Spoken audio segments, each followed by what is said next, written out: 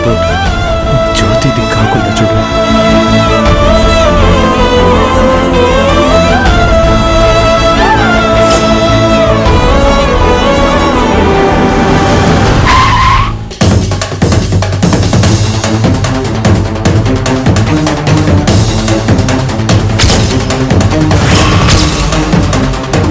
Sir, reports వచ్చాయని phone చేసి చెప్పారు. ఆ రోజు యాక్సిడెంట్లో చనిపోయింది నా జ్యోతి కాదు కదా సార్, నా భార్య బ్రతికే ఉంది కదా, ఇక్కడ ఉంది నా జ్యోతినే కదా. చెప్పండి సార్, యాక్సిడెంట్ అయింది జ్యోతి కాదని చెప్పండి. మీరు చెప్పే మాట కోసం నేను టెన్షన్గా వెయిట్ చేస్తున్నా. త్వరగా చెప్పండి సార్. మీ టెన్షన్ నాకు అర్థమవుతుంది.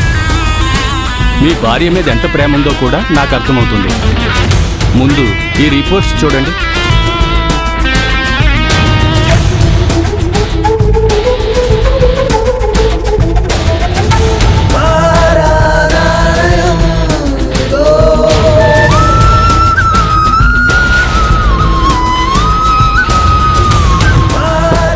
నా వల్ల కావడం సార్, నా జ్యోతి చనిపోలేదు కదా. చెప్పండి సార్, నా భార్య కాదని చెప్పండి సార్. సారీ అండి, ఆ రోజు యాక్సిడెంట్లో చనిపోయింది జ్యోతిని.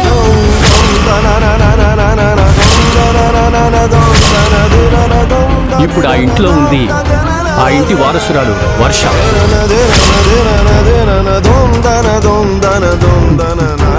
జ్యోతి చనిపోయిందా? ఇది నిజం కాదు, నేను నమ్మను. కావాలంటే మళ్ళీ ఒకసారి ఈ రిపోర్ట్స్ చెక్ చేయండి సార్. యాక్చువల్గా ఈ కేసు పెండింగ్లో ఉంది. మీరు వచ్చి అడగటం వల్లే ఎంక్వైరీ చేశాం. ఒక క్లారిటీ వచ్చింది సార్.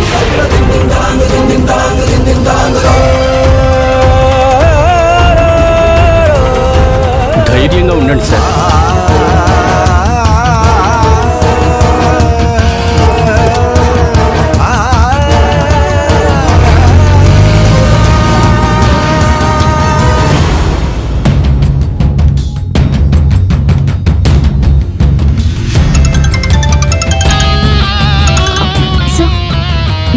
కోసమే వెయిట్ చేస్తున్నాను.